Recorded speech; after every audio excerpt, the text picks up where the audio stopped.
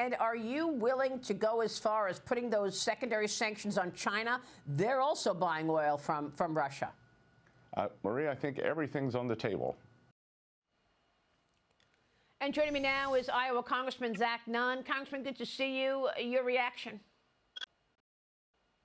Yeah, I think the president is moving in the absolute right direction here. We need to have a full pressure campaign on Russia to end just the hundreds of thousands of lives lost. Look, I am the primary chair of the National Security Task Force in Congress. I've led the Peace Act, which is the strongest sanctions regime Congress has passed. It's passed overwhelmingly through committee, the only bill to be able to back up President Trump in holding Russia accountable. And this puts real pressure not only on Putin to come to the table and negotiate an end to the killing, but also the Peace Act would be able to hold financial institutions that allow any country that buys Russian oil to immediately have snap sanctions that the president could call out. And it ends the funding for the mechanization, the weaponization, and the death toll that Russia is using by selling its oil illegally in a lot of cases around the world, but using our own financial markets as a way to be able to, illicitly fund its war against Ukraine and candidly be a threat to the entire world, including the United States. Well, I mean, look, you've done so much work on national security, being the head of that task force. Where would you say are the most important national security threats that America faces today?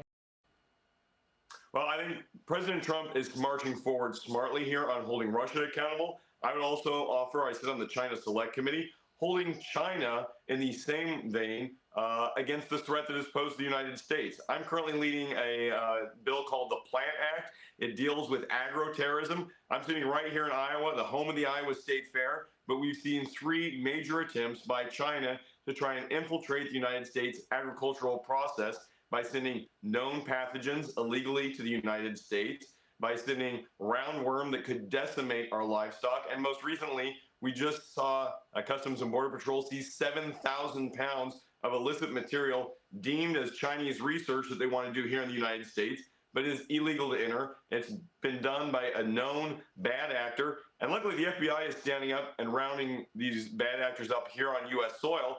At the same time, though, we in Congress need to take this very seriously. Agro-terrorism could decimate our ability to grow crop and kill livestock. It would be COVID 2.0 attacking our food supply.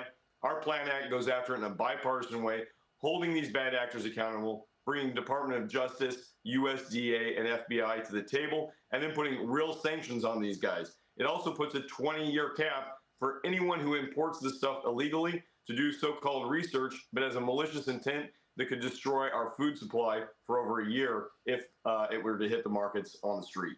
Yeah, really great points all around. Congressman, today is the last day of the Iowa State Fair. 100,000 people attending that state fair every day. Wow, you spent hours this week asking our Iowans about the economy, taxes, trade, and their priorities. What did you learn from the people? Well, hey, let me just say, first of all, Maria, we love our state fair. It is pork chop flipping, butter cows, and getting to talk to some of the best people, not just in Iowa, but around the world that come to see what Iowa, and candidly, President Trump and I were able to fly back on Air Force One to the Iowa State Fair and kick off the 250th birthday of America. But here's what we heard from Iowans.